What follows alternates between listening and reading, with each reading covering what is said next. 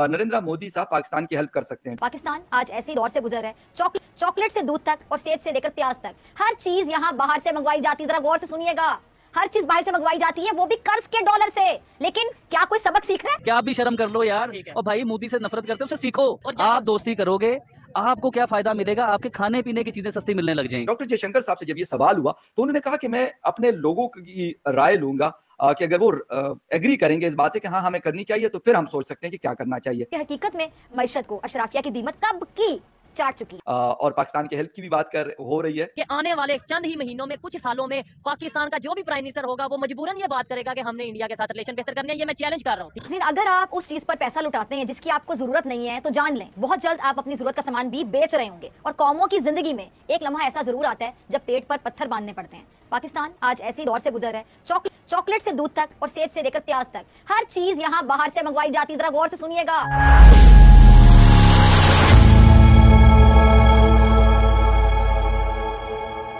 जय हिंद दोस्तों। पाकिस्तान में इन दिनों भारत के प्रधानमंत्री नरेंद्र मोदी के प्रशंसक बढ़ते ही जा रहे हैं। कंगाली और आर्थिक बेहाली का सामना कर रहा पाकिस्तान अब प्रधानमंत्री मोदी को अपने देश का प्रधानमंत्री होने की दुआएं कर रहा है। पाकिस्तानी नागरिक ने कहा कि भारतीय प्रधानमंत्री के साथ दोस्ती से पाकिस्तान के हालत भी सुधरेंगे और खाने पीने की चीजें सस्ती होने लगेगी। पाकिस्तानी नागरिक ने कहा कि प्रधानमंत्री मोदी अपने देश को पिछले 8 सालों में नई ऊंचाई पर ले गए हैं। उन्होंने कहा कि पहले पाकिस्तान और भारत की तुलना की जाती थी, लेकिन अब पाकिस्तान की तुलना की लायक स्थिति नहीं है। हर चीज बाहर से मंगवाई जाती है, वो भी कर्ज के डॉलर से। लेकिन क्या कोई सबक सीख रहा है? और अब तो कारें इतनी हैं कि सड़कें तंग पड़ती जा रही हैं। लेकिन ये सब जो है ना, ये खोखली तरक्की है, क्योंकि हकीकत में मईशत को अशराफिया की दीमत कब की चाट चुकी है। अच्छा, एक जमाने में जो बिल्लियां थी उनको ख्वाब में छीछड़े नजर आते थे, और वो छीछड़े नजर आते थे वही बिल्लियों की अयाशी थी। लेकिन अब महंगे इंपोर्टेड डॉग और जो कैट फूड है उनके बगैर गुजारा ही नहीं है। यानी मुल्क का गरीब दाल रोटी खाए लेकिन अमीर की अयाशी नहीं जाए। और बंदरगाह पर खिलौनों से भरे जो कंटेनर्स उतरते हैं, ये खिलौने साइकिलें पाकिस्तान में नहीं बनते, IMF से डॉलर मांगकर बाहर से मंगाए जाते हैं। और खाने का तेल मंगाने पर अरबों डॉलर खर्च होते हैं। और सरसों और कॉटन सीड ऑयल जो सेहत के लिए कहीं बेहतर है, भैंसों को खिला दिया जाता है। फर्श बनाना होता है तो इटली और स्पेन की जो टाइल्स हैं, जर्मनी की फिटिंग्स ली जाती हैं। और सरकारी दफ्तर अगर चले जाए तो सर्दियों में भी ठंडा ठार AC चल रहा होता है। हम दिन भर सोते हैं और रात भर बाजारों में, होटलों में, पार्टियों में महंगी बिजली चलाते हैं, लेकिन यानी मुल्क को कहने के तबाही के दहाने पे पहुंचाते हैं। आप क्या कहेंगे कि पाकिस्तान इस वक्त क्राइसिस का शिकार है, IMF के साथ अभी तक डील फाइनल नहीं हुई, तो इज इट पॉसिबल जो डॉक्टर जयशंकर साहब कह रहे हैं या जो लोग सोच रहे हैं, ये पॉसिबल? देखिए, उस जवाब से मुझे ऐसा लगा कि the higher up in the government are considering this. तो ये डिस्कशंस चल रहे हैं, they have not made a decision, that is why he is not able to से।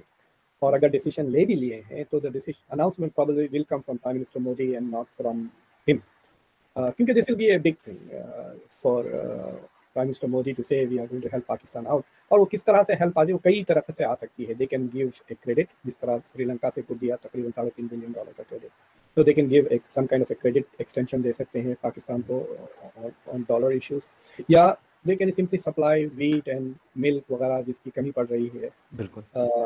एंड आई वुड रेकमेंड कि वो मटेरियल चीज़ें दें, पैसा ना दें। पैसे दें तो फिर आपके क्या बताऊँ, गायब हो जाएगा रास्ते में ही गायब हो जाएगा।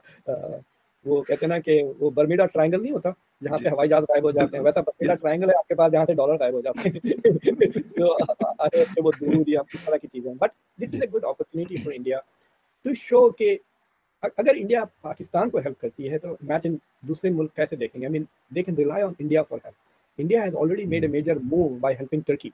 जितनी गंद अर्दोगान ने की इंडिया को लेकर पिछले 2-3 साल में, not only did he go around Pakistan के statements, pro-Pakistan statement on Kashmir, unnecessarily मदाखलत की इस मसले में, he tried to insert himself in, और बाज़ खबरें ये भी आती हैं कि it didn't stop at verbal, Turkish intelligence ने have played a few dirty tricks in India, ये बात ही at least India के sources से पता चलती है। तो इन सारी चीज़ों के बावजूद India was one of the first countries to go there to help Turkey। India ने resources पहुँचाए, India की team was one of the biggest teams, within 40-48 hours के अंदर वहां पहुंच गए।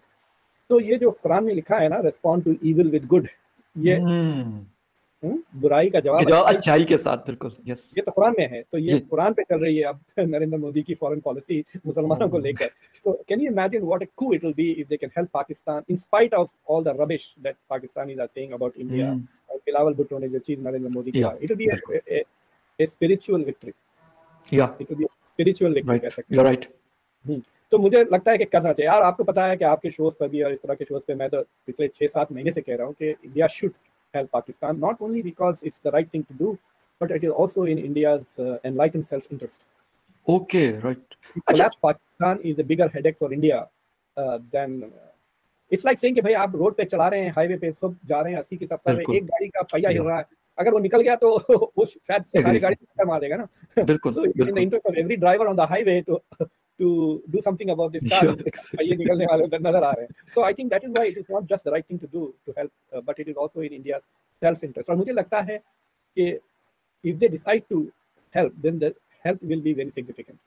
ऐसा तबरुकन नहीं आएगी। कि आने वाले चंद ही महीनों में, कुछ सालों में पाकिस्तान का जो भी प्राइम मिनिस्टर होगा वो मजबूरन ये बात करेगा कि हमने इंडिया के साथ रिलेशन बेहतर करने हैं। ये मैं चैलेंज कर रहा हूँ, ठीक हो और गया? आपका चैलेंज बड़ा कामयाब होगा, ये भी मैं आपको बताऊं क्यों। इंडिया से दोस्ती करने में इस टाइम आपका फायदा है, उन्हें कोई जरूरत नहीं है आपसे दोस्ती करने की। आप तो भूखे नंगे हो यार, आपसे क्या दोस्ती करनी है, उन्हें क्या फायदा है। और आप दोस्ती करोगे, आपको क्या फायदा मिलेगा, आपके खाने पीने की चीजें सस्ती मिलने लग जाएंगी। अगर इंडिया पाकिस्तान एक हो जाएं, आप बिलीव कीजिए कि दुनिया में इंडिया और पाकिस्तान का जोड़ नहीं मिलेगा आपको कहीं भी। मैं एग्री करता हूं। पूरी दुनिया में हो सकता है सुपर पावर एशिया में ये बन जाए। इन्हें शर्म दिलवाने के लिए ये बातें हो रही हैं सारी, कि आप भी शर्म कर लो यार। और भाई मोदी से नफरत करते हो उससे सीखो। उसने 8 साल अपने लोगों के साथ क्या किया है, अपने लोगों के लिए जी रहा है, वो अपने लोगों का फायदा कर रहा है। मोदी का मैंने घर देखा, आप यकीन माने, शायद आपने भी देखा हो, वो एक छोटी सी जिंदगी गुजार रहा है और वैसे वो इतने बड़े मुल्क का प्राइम मिनिस्टर है वो, और क्लास है जिसका नाम क्लास है। तो Modi ji I love you, ठीक है। एक काम आपने मोदी जी करना है, मुसलमानों पे थोड़ी सी नरमी कर लें तो पूरी दुनिया में आप जैसा प्राइम मिनिस्टर नहीं है। एक आखिरी, मोदी साहब यकीन करें मेरी जिंदगी की ख्वाहिश है, आप एक क्लास हैं, बड़े इंसान हैं, क्योंकि मैं पाकिस्तानी हूँ, आप इंडियन है, मैं आपसे कभी मिल नहीं सकता,